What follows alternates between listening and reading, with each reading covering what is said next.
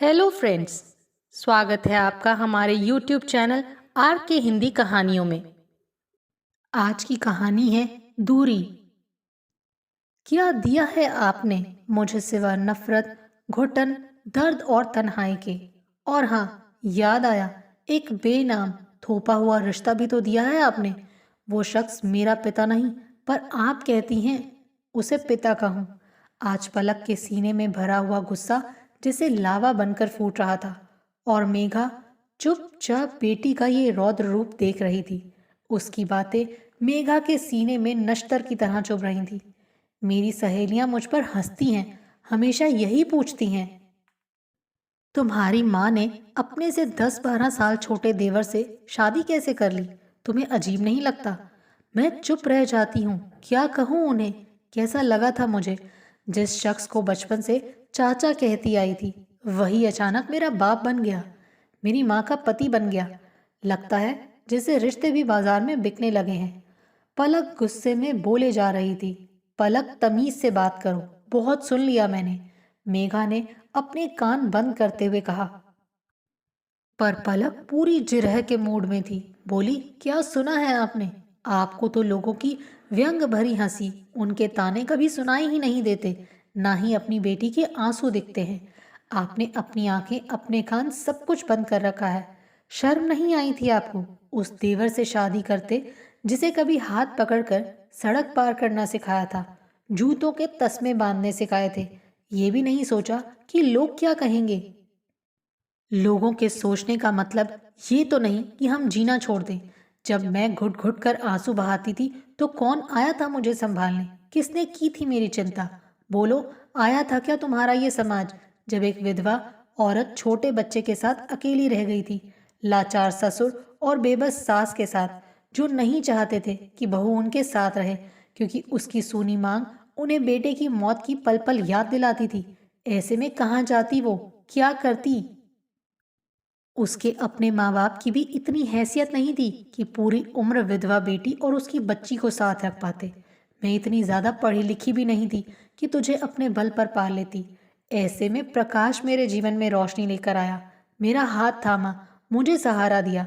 तो भला मैंने उससे शादी करके क्या गलत किया, बोलो? और मेरे बारे में सोचा आपने? नहीं ना। एक सौतेला बाप लाकर मेरे जीवन में ग्रहण लगा दिया।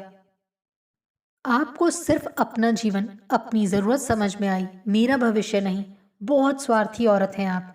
इस बार जोरदार तमाचा पड़ा था पलक के गाल पर। वो तड़प उठी। मेघा ने चौंकते हुए सामने देखा। प्रकाश खड़ा था। उसे मेघा ने इतने क्रोध में कभी नहीं देखा था। इस औरत को स्वार्थी कह रही हो, जिसने अपनी हर सांस ये सोचते हुए ली कि पलक को कैसे खुश रखूं, उसके होंठों पर मुस्कान कैसे सजाऊं। और एक पलक है कि माँ के लिए अपनी जबान से दो मीठे बोल नहीं बोल सकती। प्रकाश के इस तरह बीच में आने पर पलक तिलमिला उठी। उसकी आंखों में आंसू आ गए। चीखती हुई बोली, न पापा न मम्मा, कोई नहीं है मेरा।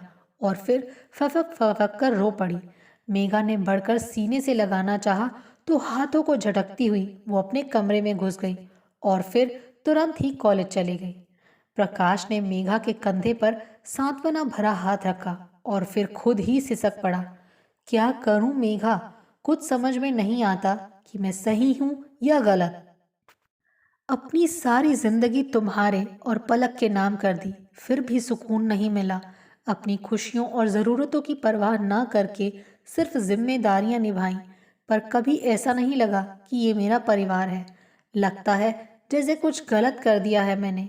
घर में बेटी के तो बाहर रिश्तेदारों और दोस्तों के व्यंग बाणों ने मुझे हमेशा छलनी किया, सिर्फ इस वजह से कि मैं तुमसे प्यार करता हूँ। मैं तुम्हें दुखी नहीं देख सकता। पर देखो ना, मैं ही तुम्हारे इन आंसुओं का कारण भी बनता रहा हूँ। क्या करूँ मैं, कुछ समझ नहीं आता। मेरी जिंदगी मेरे लिए ही एक अबूझ पहेली बन गई है। जितना आगे बढ़ता हूँ उतना ही उलझता जाता हूँ। मेघा धीरे धीरे प्रकाश का सिर सहला रही थी। फिर मेघा ने उसे सहारा देकर बैठाया। दोनों काफी देर तक खामोश बैठे रहे, अनगिनत सवालों के जवाब ढूंढ रहे थे, पर जवाब तो दोनों के पास थे ही नहीं। फिर मेघा ने कॉफी बनाई। कॉफी पीकर प्रकाश ऑफिस चला गया। मेघा दरवाजा बंद करके अपने कमरे में चली आई और पलक के बारे में सोचने लगी। सचमुच कितनी शर्मिंदगी महसूस होती होगी कि शौर्य पलक को जब रिश्तेदार उसके विवाहित चाचा के लिए रिश्ते लेकर आते और व्यंग भरी नजरों से मुस्कुराते हुए उसकी तरफ देखते होंगे। उस वक्त खुद को कितना असुरक्षित, कितना असहज महसूस करती होगी वो। मेघा को वो शाम याद आई जब वो किचन में काम कर रही थी और पड़ोस में रहने वाली सुधा बुआ आकर उसकी सास के कानों में कुछ खुसर फुसर करने लगी थी। पहले तो मेघा ने ध्यान नहीं दिया, मगर फिर जब वो चाय लेकर बाहर आई तो देखा बुआ किसी लड़की की तस्वीर दिखाते हुए कह रही थी, इस लड़की के साथ प्रकाश की जोड़ी खूब जमेगी। आखिर कितने दिनों तक अपनी माँ की उम्र की पत्नी और इस बच्ची का बोझ उठाता फिरेगा। उसके भी तो हंसने बोलने के दिन आने चाहिए। उसका भी तो दिल करता होगा किसी नई नवेली का घूंघट उठाने का। बुआ बेधड़क कहे जा रही थी, तभी मम्मी जी ने मेघा को सामने खड़ा देख उन्हें इशारा किया तो वो तुरंत खामोश होती हुई फोटो छिपाने लगी। मेघा समझ नहीं सकी कि क्या प्रतिक्रिया दे। चुपचाप दूसरी तरफ देखने लगी तो देखा कि दरवाजे के पीछे पलक खड़ी सारी बातें सुन रही थी और उसकी आंखें भर आई थी। मेघा से नजरें मिलते ही उसकी आंखों में वही सवाल दौड़ गया जो उसने मेघा से पूछा था। फिर उस शाम जब पलक के जन्मदिन पर मेघा ने एक छोटी पार्टी रखी थी, उसने अपनी कुछ सहेलियों को भी इनवाइट किया था जिनके बच्चे पलक के बराबर थे। केक काटने के बाद पलक सहेलियों को गिफ्ट खोल कर दिखा रही थी तो उर्वशी की बेटी ने पलक से पूछा, तुम्हारी मम्मी ने तुम्हें क्या गिफ्ट दिया? पलक कुछ कहती उससे पहले ही उर्वशी ने व्यंग से कहा, और क्या गिफ्ट चाहिए? मम्मी ने सौतेला बाप तो दे ही दिया है गिफ्ट में, जो स्मार्ट भी है और कम उम्र का भी, अधिक समय तक बेटी का ख्याल रख सकेगा। इतनी तीखी बात कहकर उसने कुटिलता से मुस्कुराते हुए मेघा की तरफ देखा तो वो अंदर तक सहम गई। उसने पलक की तरफ देखा, उसका चेहरा भी उतर गया था। वो चुपचाप अपने कमरे में चली गई। मेघा ने उर्वशी से गुस्से में कहा, ये क्या कहा तुमने? थोड़ा भी नहीं सोचती हो कि बच्ची के आगे इस तरह की बातें नहीं करते?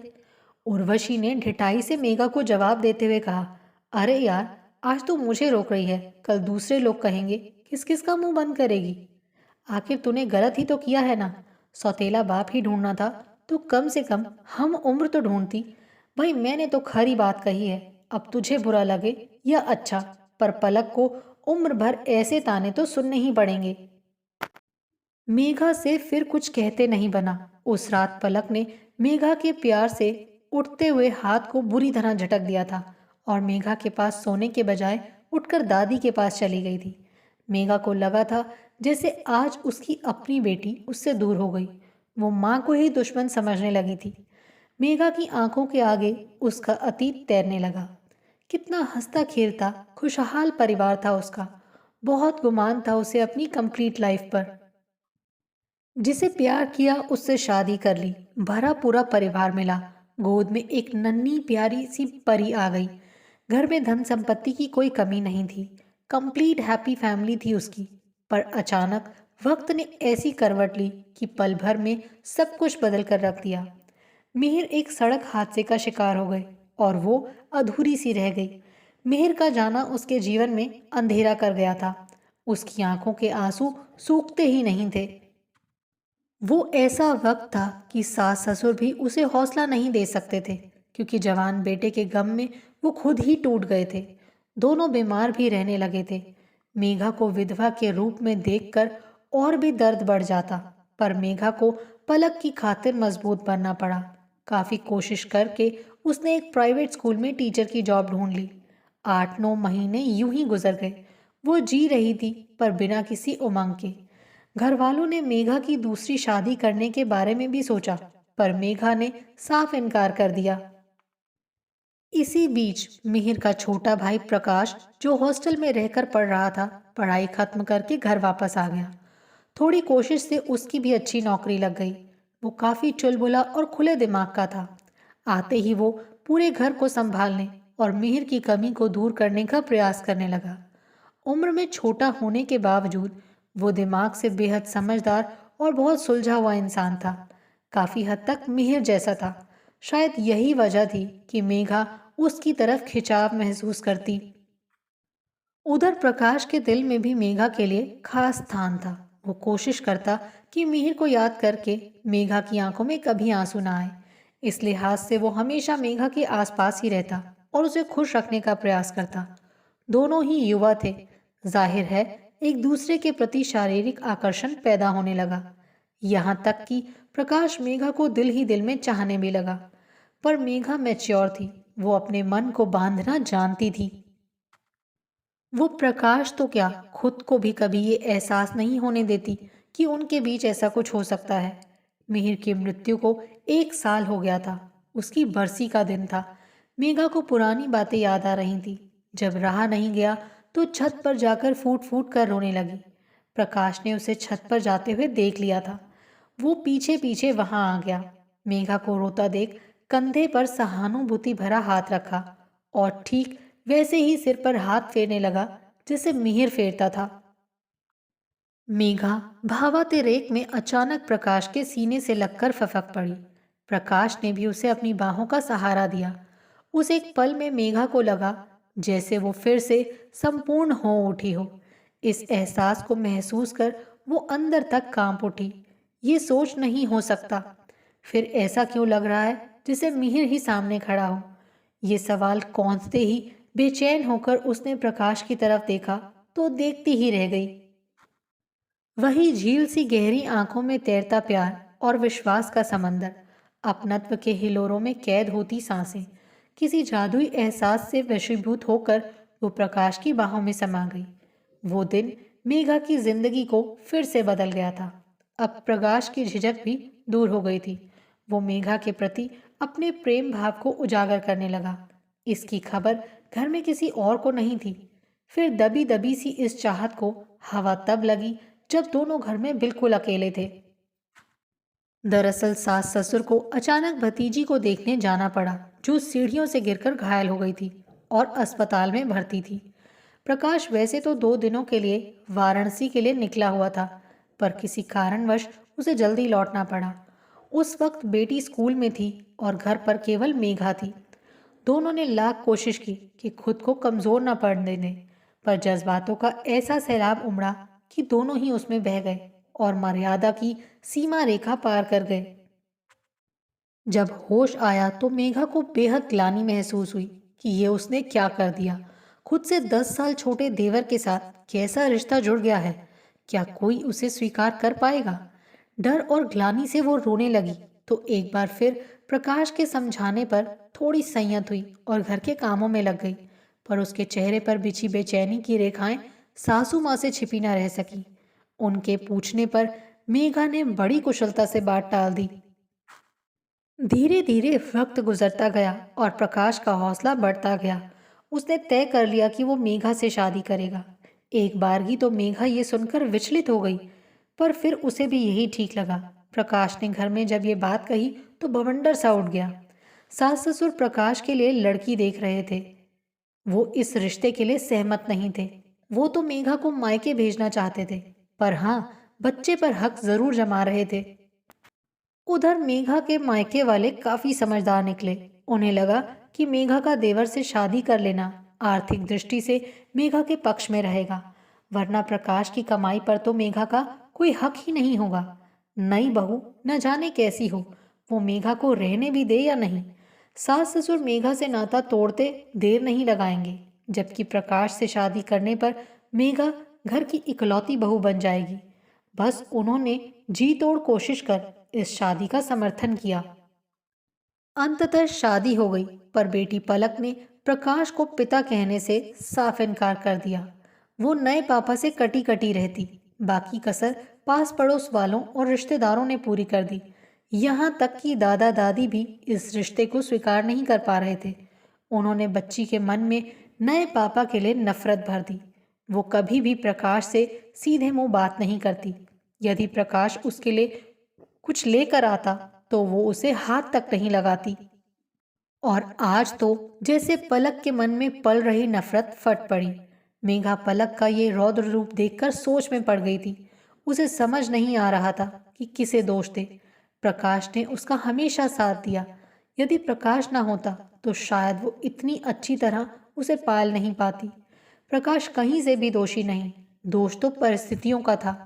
मिहिर के बाद कितनी बेबस और तन्हा हो गई थी वो। अकेले नन्ही बच्ची की जिम्मेदारी बिना किसी अच्छी नौकरी के कैसे उठाती? अधूरी सी जिंदगी कैसे जी पाती वो? पर पलक का कहना भी पूरी तरह गलत नहीं। क्या सचमुच वो स्वार्थी नहीं हो गई थी? अपना अधूरापन दूर करने और पुरुष के संबल की चाह में ही तो उसने प्रकाश का साथ स्वीकारा और इस कोशिश में बच्चे की खुशियों की अनदेखी कर दी। यदि वो मजबूत होती तो प्रकाश की तरफ झुकाव नहीं होता। वो देर तक इसी उधेड़बुन में रही और आज प्रकाश ने पहली दफा पलक पर हाथ उठाया था। क्या पता अब पलक की प्रतिक्रिया कैसी होगी? कहीं वो सचमुच घर छोड़कर चली गई तो? जवान लड़की है, कुछ भी हो सकता है उसके साथ। नहीं नहीं, उस पलक को समझाना पड़ेगा, पर कैसे? वो समझती कहाँ है? हालात और बिगड़ते जा रहे थे। क्या करे वो? क्या है समाधान? पूरा दिन उसने बेचैनी में गुजारा। पलक को फोन किया तो मोबाइल ऑफ मिला। चिंता से उसका सिर दुखने लगा। शाम को प्रकाश आया तो वो भी उदास सा था। मेघा ने उसे बताया कि पलक अब तक नहीं लौटी है, कहीं कुछ कर ना बैठे। कहते कहते उसकी आंखों में आंसू आ गए। प्रकाश बिना कुछ बोले अपने कमरे में चला गया और दरवाज़ा बंद कर लिया। मेघा बेटी को फोन कर करके परेशान थी। रात 9 बजे पलक लौटी तो मेघा ने दौड़कर उसे सीने से लगा लिया, पर पलक मेघा को खुद से अलग कर अपने कमरे में बंद हो गई। मेघा का मन कर रहा था चीख चीख कर रोए। इस घुटन भरी जिंदगी से वो आजिज आ गई। सुबह जब प्रकाश ऑफिस के लिए निकला तो उसके हाथ में सूटकेस था। उसने मेघा को बताया कि वो ऑफिशियल टूर पर देहरादून जा रहा है। घर और पलक का ख्याल रखना, कहकर मेघा को सीने से लगा लिया, ठीक वैसे ही जैसे मिहिर टूर पर जाते वक्त लगाता था। मेघा दूर तक उसे जाते देखती रही। तभी पलक भी बिना कुछ कहे कॉलेज के लिए निकलने लगी। दादी माँ ने उसे प्यार से पकड़ते हुए कहा, बेटा प्लीज शाम को जल्दी घर आ जाना, वरना मैं मर जाऊंगी। पलक ने शिकायती लहजे में माँ के बेबस चेहरे की तरफ देखा और चुपचाप निकल गई। दुखी मन से मेघा अपने कमरे में आ गई। अपने बेड पर पत्र रखा देखकर वो चौंकी। पत्र प्रकाश का था। लिखा था, डियर मेघा, हमारा रिश्ता बहुत पाक साफ और खूबसूरत है, जिसे कोई और नहीं समा सकता, बेटी भी नहीं। इस बात का दर्द तो हमेशा रहेगा, पर बच्चे के भविष्य के लिए हमें इससे भी बड़े दर्द भरे दौर से गुजरना पड़ेगा। दरअसल मैं नहीं चाहता कि मेरी वजह से पलक तुमसे दूर हो। तुम पहले एक माँ का दायित्व अच्छी तरह निभाओ, पलक की शादी कर लो, फिर हम मिलेंगे। तब तक के लिए मैं तुमसे दूर जा रहा हूँ, क्योंकि ये दूरी हमारी बच्ची के लिए ज़रूरी है। मेघा ने कई बार उस खत को पढ़ा, फिर निढाल सी सोफे पर बैठ गई। उसे लगा जैसे वो आज फिर से अधूरी हो गई है। प्रकाश के बगैर वो जीने की कल्पना भी कैसे कर पाएगी? प्रकाश ने भी तो कितनी मुश्किल से ये फैसला लिया होगा, पर उसने सही ही किया है। हमारे बीच ये दूरी ज़रूरी है। मेघा खत बंद करके देर तक खामोश बैठी रही। खुद को अधूरा महसूस करने के बावजूद वो दुखी नहीं थी, क्योंकि ये अधूरापन फिलहाल ज़रूरी था दायित्वों को पूरा करने के लिए। आपको हमारी ये कहानी कैसी लगी, प्लीज़ कमेंट करके ज़रूर बताइए। अगर आप इस चैनल पर नए हैं तो इसे सब्सक्राइब करें और शेयर करें। Thank you.